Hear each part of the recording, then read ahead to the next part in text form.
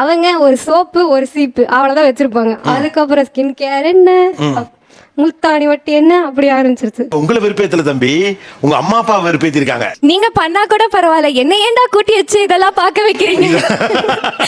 வீட்டுல விட்டுட்டு போனா நான் சும்மாவாட்டும் இருந்திருப்பேனே அப்படின்னு இருந்தது. பேபியா என்ன அம்மாக்காவை தான் கூப்பிடுறாங்க அப்படின்ற மாதிரி மூஞ்சி இப்படி போகுது. அது துபாயில வெயில ஃபேஸ் பண்ணாலும் இங்க வெயில தாங்க மாட்டீங்க, கையை பிடிச்சி இப்படியே போயிருக்காரு. இல்ல பண்ணலாமா? இல்ல எனக்கு ஒரு ஆள் இருக்கு பிடிக்கிறதுக்கு, அவருக்கு என்ன வயிற்றுச்சல் நான் கேக்குறேன். நீங்க டிவி கூட பார்க்க விட மாட்டேங்கிறீங்கன்னு. அவரு டிவி பார்த்துட்டு இருப்பாரு, நாங்க ரெண்டு பேரும் இப்படி உட்கார்ந்துட்டு தெரியல, அது அப்படியே மாறிடுச்சு. Pavithra plus apple equal to பேப்பிள். தம்பி இது கிரியேட்டிவிட்டியா தம்பி?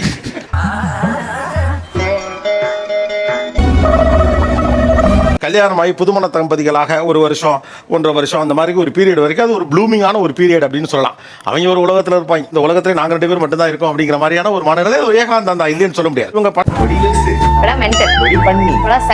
என்னக்கூடிய விஷயங்கள் எல்லாத்தையும் இந்த கசின் ஸ்குவாட் வந்து பயங்கரமா கிண்டல் பண்றாங்க. என்னடா இப்படி இருந்தாலும் இப்படி ஆயிட்டீங்களேப்பா, உன்னை நான் இப்படி நினைச்சு கூட பார்க்கலையே, ஓவர் கிரிஞ்சா இருக்கே.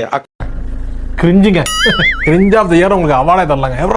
சோ இந்த சுவாரஸ்யமான விஷயத்தை தான், இந்த ஒரு அழகான விஷயத்தை தான் பேச விரும்புறோம். என்னதான் நீங்க புதுமண தம்பதிகளா இருக்கலாம்ப்பா, அதுக்காண்டி இதெல்லாம் பண்றது ரொம்ப கிரிஞ்சா இருக்கு, எரிச்சலா இருக்கு. என்னவெல்லாம் கிரிஞ்சாகவும் எரிச்சலாகவும் இருக்கிறது. இவளுக்கு பேட்டியை முடிக்கிறக்குள்ள என் வேட்டியை உரி உள்ள இருக்க போட்டி எடுத்தாலும் எடுப்பாங்க உங்களுக்கு. ஆக்சுவலா நாங்க 3 பேருமே ஒரே கிளாஸ். 12th அந்த 3 பேருமே ஒரே கிளாஸ். லவ்வர்ஸா வந்துட்டு அப்புறம் கல்யாணம் பண்ணாங்க. அப்போ 3 பேருமே ஒன்னா தான் சுத்திட்டு இருப்போம். அவங்க பெருசா அப்போ ஒன்னும் பயங்கரமா கொஞ்சிக்கிட்டதோ அப்படிலாம் எதுவுமே கிடையாது. ஆமா, என்கேஜ்மெண்ட் ஆன உடனே பாவா வாடா போடல இருந்து பாவா ஆயிடுச்சு. அது சும்மா விளையாட்டுக்கு பேசிருப்போம்டா, இது இப்படி பேசுற அப்படின்னு சொல்லிட்டு. அவங்க ஒரு சோப்பு ஒரு சீப்பு அவ்வளவுதான் வச்சிருப்பாங்க. அதுக்கப்புறம் ஸ்கின் கேர் என்ன, முல்தானி வட்டி என்ன, அப்படி ஆரம்பிச்சிருச்சு. நீ பிறந்தல இருந்தே இப்படிதானா, இல்ல அம்மாவாசை பௌர்ணமிக்கு மட்டும் இப்படி ஆயிருவியா? 3 பேருமே ஃப்ரெண்ட்ஸ். அவளுக்கும் அந்த ஆக்வர்ட் ஃபீல் வரக்கூடாதுங்கிறதுக்காக எல்லாருமே வாடா போடா பேர் சொல்லி தீபக் அந்த மாதிரி தான் கூப்பிட்டு இருப்போம். அந்த என்கேஜ்மெண்ட் அந்த கல்யாணம் இது வரும்போது என் புருஷன் என் பாவா அப்படிங்கிற ஃபீல் அது ஆட்டோமேட்டிக்கா வந்துருந்துச்சு. அவங்க நம்மள மாதிரி நார்மல் பீப்புள் கிடையாது காய்ஸ்.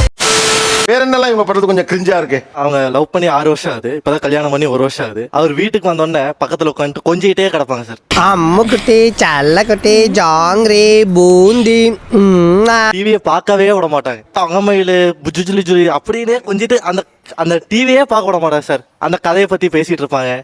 அவங்க உட்காந்து ஏதாவது ஒன்று டிஸ்டர்ப் பண்ணிட்டே இருப்பாங்க. ஏழை இப்படி பண்றிய கிறுக்கு மெண்டல் பயிலுலா. இல்ல அது லவ் பண்ணும்போது அதுக்கான ஆப்பர்ச்சுனிட்டி கிடைக்கல. என்னங்க இதெல்லாம் லவ் பண்ணும்போது தானே அந்த ஆப்பர்ச்சுனிட்டிலாம் கிடைக்கும். இல்ல மத்தவங்க முன்னாடி எக்ஸ்பிரஸ் பண்றதுக்கான ஆப்பர்ச்சுனிட்டி ஓ கிடைக்கல. இப்போ நமக்கு அபிஷியல் ஆயிடுச்சுல. யாரு டேய் உங்களுக்கு வெக்கமே இல்லையாடா?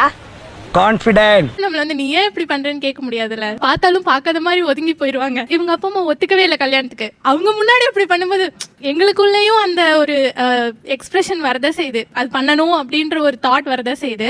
பட் எனக்கு மனசே கேக்கல. அம்மா அம்மா என்னம்மா இது? அவங்க முன்னாடி பண்ணும்போது இன்னும் கொஞ்சம் நாங்க ப்ரௌடா ஃபீல் பண்றோம். நீங்க வேண்டாம்னு சொன்ன ஒரு விஷயத்த நாங்க பண்ணி காமிச்சிட்டோம், நாங்க இவ்வளவு நல்லா இருக்கோம் அப்படின்றத வந்து காமிச்சிக்கிறதுல எங்களுக்கு ஒரு ஹாப்பி. நீங்க டிவி கூட பார்க்க விட மாட்டேங்கிறீங்கன்னு. அவரு டிவி பார்த்துட்டு இருப்பாரு, நாங்க 2 பேரும் இப்படி உட்கார்ந்துட்டு இவருதான் அதிகமா கொஞ்சுவாரு.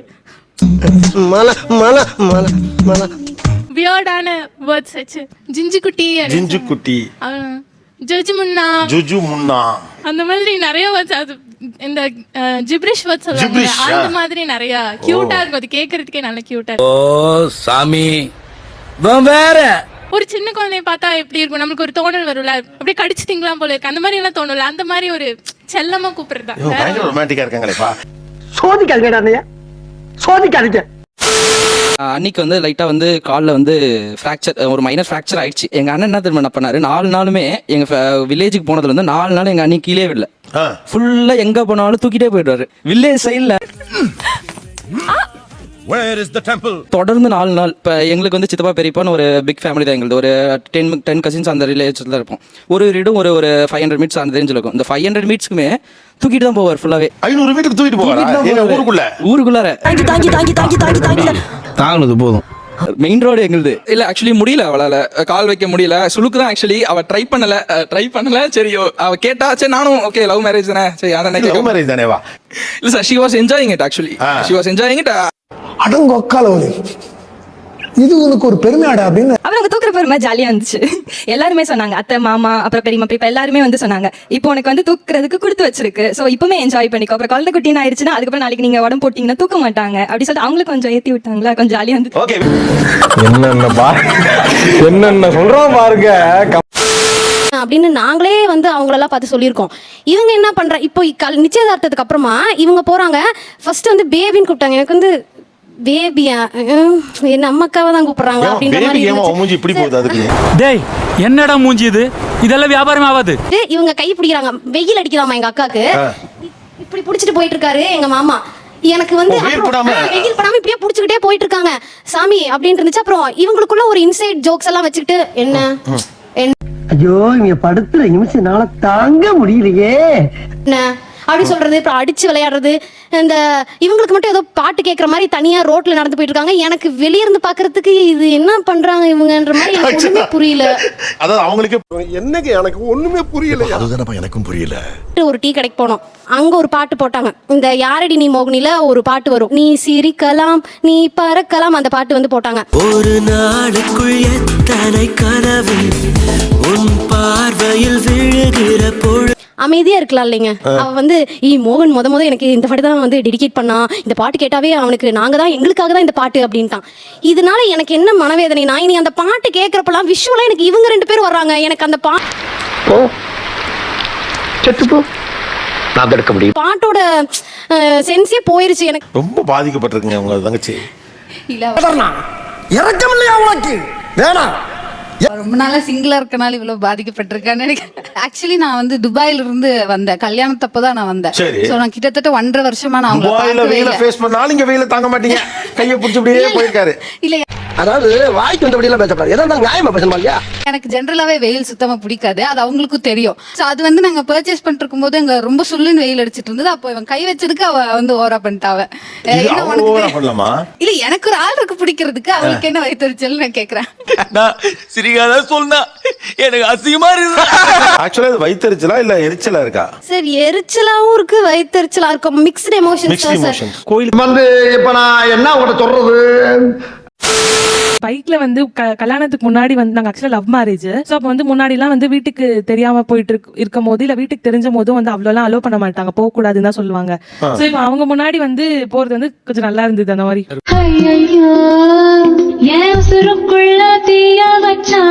வேணா அதான் சார், அவங்க அப்பா அம்மா முன்னாடி அப்படியே அவங்க கிராஸ் பண்ணி போ, அப்படியே சிக்னல் வருது அப்படியே அவங்கள ஓவர்டேக் பண்ணிட்டு போட்டு பின்னாடி கட்டிக்கிறது. சோ அப்படி பண்றது. தம்பி அவங்க உங்களை வெறுப்பேத்தல தம்பி, உங்க அம்மா அப்பா வெறுப்பேத்தி இருக்காங்க. தேவையில்லாத வேலையெல்லாம் பேசிட்டு கூடாது, ஒழுங்கா இருக்கணும். ஆக்சுவலி எங்க அக்கா வந்து பாத்தீங்கன்னா ரொம்ப காமான அந்த மாதிரி பர்சனே கிடையாது. அவ எது பேசினாலும் கொஞ்சம் சத்தமா, கொஞ்சம் ஷார்ட் டெம்பர். அவங்க எதுனாலும் டக்குன்னு கோவப்பட்டுருவாங்க. ஆனா இவ்வளவு கோவம் வருது உனக்கு தெரியல, எரிச்சலாவே இருக்கு எனக்கு என்னமோ.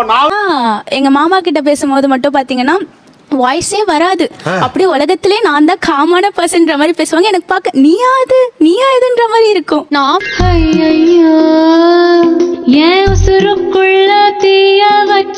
ஆஃபீஸ் போன பிறகு இவங்க என்ன பார்த்த விதம் வந்து டிஃப்ரெண்டா இருந்துச்சு. என்னதான் ஆட்டிடியூட் காட்டினாலும் அவங்க வந்து என்ன கேர் பண்ணது குழந்தைய பாத்துக்கிற மாதிரி பாத்துக்கிட்டாங்க. சாப்பாடு ஊட்டி விடுறது, ஆபீஸ்லயே இருந்தாலும் கேன்டீன்லயே இருந்தாலும் நான் சொன்னா எனக்கு காலம் ஊத்தி விடுவாங்க.